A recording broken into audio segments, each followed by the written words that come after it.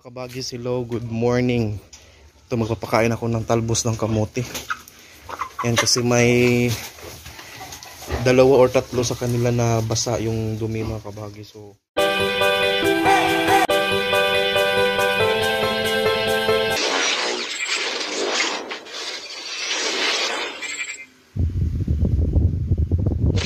hello mga kabagis, good afternoon. Mag-update tayo sa ating mga baboy. No? Nasa 1 month and 2 weeks na sila ngayon. And ipakita ko sa inyo maya-maya ano yung ginagawa nila. And as of this time, I'll be discussing kung bakit kailangan kong bigyan ng finisher feeds yung mga alaga kong fattenings at least 2 weeks before ko sila ibenta. Explain ko sa iyo kung bakit, or sa inyo kung bakit importante makakain yung ating mga alaga ng finisher at ano yung talagang main purpose why they created that certain feeds or yung stage ng pagpapakain natin ng feeds, most especially sa mga fatteners natin or mga fattenings natin. So, explain ko sa inyo maya-maya mga kabagis. If this is your first time here in my channel, make sure to subscribe. And thank you so much. Mga kabagis, hello, good morning. Ito, magpapakain ako ng talbos ng kamote. Yan, kasi may dalawa or tatlo sa kanila na basa yung dumi, mga kabagis. So, papakain tayo. And as of this time, no, mga nasa ano na sila, exactly 1 month and 2 weeks na po yung ating mga alaga, mga kabagis. Tingnan yung mga katawan nila, mga kabagis. So, and I just have to clarify something, yung mga questions lang ating mga silent, may mga silent viewers tayo na as of the moment, no, natuwa ako kasi nag-start na silang magko-comment sa mga videos natin. And that's really a good thing kasi minsan hindi yan nagko-comment, but ngayon nag-start na sila nagko-comment and they're so happy with the videos that we have, yun yung ating mga upload, dahil napakarami daw nilang natutunan, most especially sa mga ganitong bagay, no, na mga simpleng bagay na pwede lang pala, no? Na we thought before na napakalaking challenge kapag mag-alaga ng baboy, yung pagdudumi nga, yung mga, kasi mostly sa kanila namatayan. And yun yung kadalasang comment na kung alam lang namin yan noon, edi sana hindi kami nagkaroon ng panahon na nalugi, kasi may mga cases na 3, 4 yung namatay dahilan nga doon sa nagbasa yung dumi, dahil nga po kakabili lang yung baboy nila, tapos pagdating pinapakain, no?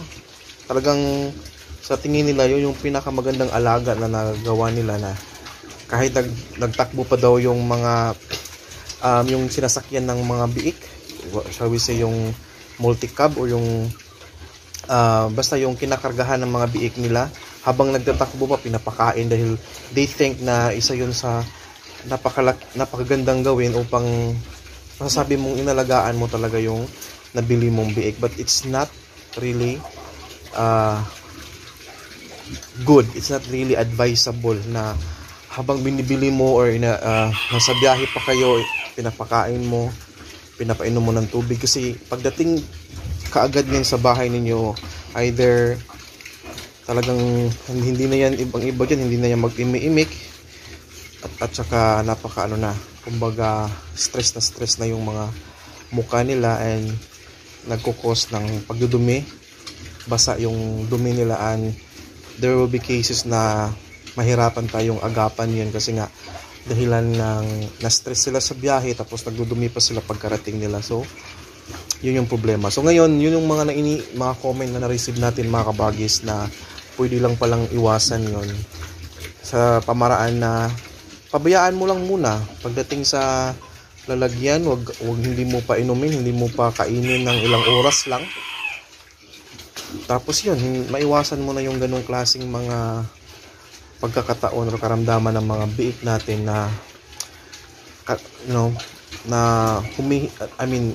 nag-end up ng pagkamatay nila.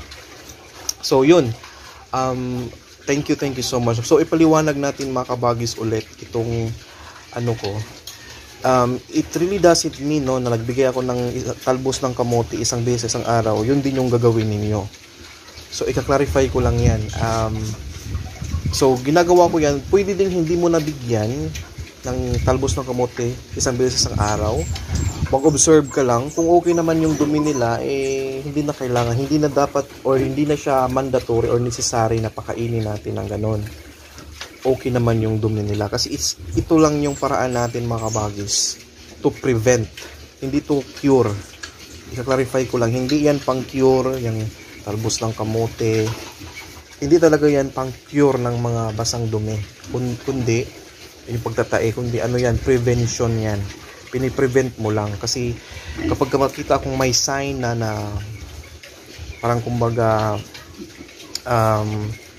may konting nakita akong napansin akong 2-3 na nagdudumi, or I mean yung patungo na doon na mabasang-basa na yung dumi nila, then I really have to give. But may mga days din na hindi ko nabigyan kasi wala naman akong nakitang problema sa kanilang dumi. Okay naman, matigas naman lahat. So everything will boils down to your observation talaga. Observation and application sa nalalaman mo na sa tingin mo ay mabisa at mag-work sa'yo. So yun mga kabagis, no? Hindi necessary kasi yung iba kasi, so, paano yan kabagis? Paghanap ako ng talbos ng kamote, bumibili pa ako sa palengke, ganito ganyan. Hindi na. Kung wala namang problema yung mga baboy, hindi naman sila ganun ka I mean, wala namang basa, no? Okay naman yung dumi. So, wag na lang bigyan. Kasi yun naman lang din yung atin ano pinaka-goal natin, magbigay tayo ng talbos ng kamote, dahon ng saging na alatundan, kasi nga nagpi-prevent yan ng magbabasa or magtatae yung ating mga alaga. Yun. So, I hope clear tayo din mga kabagis. And also, regarding sa sa feeds ko, i-clarify ko lang din na once first day hanggang 2 weeks mula pagkabili ko ng mga biik mga kabagis, yung 2 weeks na yun mga kabagis, it's a combination of Piggy Bloom, or yung pagtawag nun sa ibang mga brand na yung nakapack na per kilo lang, na mas mahal yung per kilo na yon kasi mas maraming content ng gatas. Combination yun mga kabagis nung ganong klaseng feeds. For example, Piggy Bloom sa Ultra Pack, yung may maraming gatas na content, and pre-starter feeds. So yung 2 weeks na yon, take note of that, no? Yun yung ginagawa ko. And then another 1 month for pure starter feeds. So ito yung ating resulta mga kabagis. So i-observe mo kung necessary ba na mag 1 week ka using Piggy Bloom, yung per kilo na may maraming gatas na content, or ilang days lang, 3 days or 5 days lang, and the rest will be free starter feeds. So depende na yan talaga sa atin, observation lang talaga. Ang sa akin naman, sa ganitong resulta natin mga kabagis, yan, ang ginawa ko dyan is nag-stick ako ng 1 week na yung Piggy Bloom, yung may gatas, mas maraming gatas na content na feeds, and then another 1 week for pre-starter, and after which nag-starter feeds na tayo.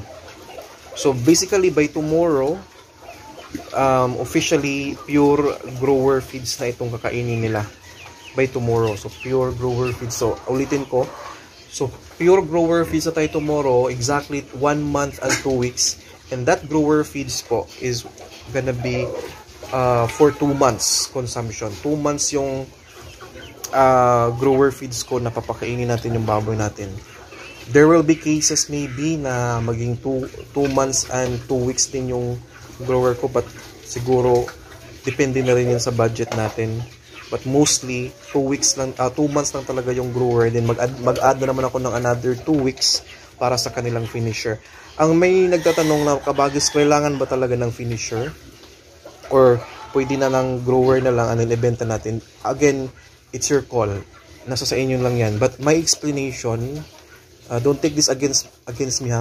My explanation why I need to give them finisher for that span of 2 weeks before ko ibenta is that itong explanation, I don't know ha kung ano to, explanation ng sa mga tao din na nakausap ko why they need to give finisher. Yung finisher kasi is parang cleansing yan sa katawan ng baboy. At the same time, i-manage ng finisher feeds yung kagandahan ng karne ng baboy. Mapansin niyo yung mga karne, minsan yung nakakain ng finisher feeds is talagang mapula. I mean, yung karne is parang nag-aagaw na pula at basta maganda yung presentation ng karne sa nakakain ng finisher dahil nga ni-neutralize niya yung karne ng ating mga alaga. At the same time, minimake sure ng finisher din na ma-cleanse yung yung katawan ng baboy mismo, yung karne mismo, kasi yung grower, galing sa grower stage na pinapakain mo sila ng 2 months. Itong explanation na to is yung grower stage is iba ang content niya when it comes to yung pagmimix nga ng feeds sa grower at saka sa finisher. Iba yung grower, kaya nga tinatawag siya ng grower kasi pinapalaki niya, pinapabigat niya yung mga baboy natin using the grower feeds.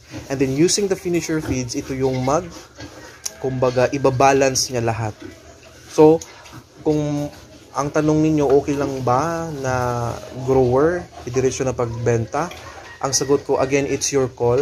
But if you wish to have a quality meat, if you wanna have a good quality, kumbaga quality meat, meaning when I say quality meat mga kabagis, is maganda yung presentation ng karne natin, hindi tayo mahihiya na mag-display, mabenta yung ating mga alaga, hindi tayo mahihiya doon sa nakabili na mag-display sa ating mga karne, kasi we are really convinced and we are really sure na maganda yung kalabasan. At the same time, with the finisher feeds, mayroon tayong kumbaga kampante sa ating sarili, kampante tayo na even tayo yung bibili, kakain ng karne nung inalagaan natin, safe pa rin siya. Okay? Yun yung pinaka main goal doon mga kabagis, why I am suggesting that we should use at least 2 weeks na finisher feeds, or kung if you can make it 3 weeks or 1 month, then better. Kasi nga yung finisher na yan is yan yung pinaka importante din sa ating mga alaga, kung ang ating goal is yung mga consumers natin ay hindi din masakripisyo yung kanilang mga health.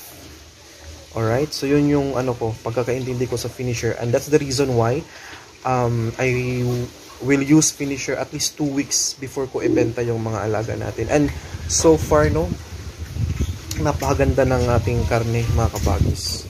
Napakaganda. Ipa-flash ko dito yung natin maya-maya, yung kung yung presentation ng karne natin para makita niyo kung gaano kaganda yung resulta using finisher. Alright, thank you so much again. Bye-bye.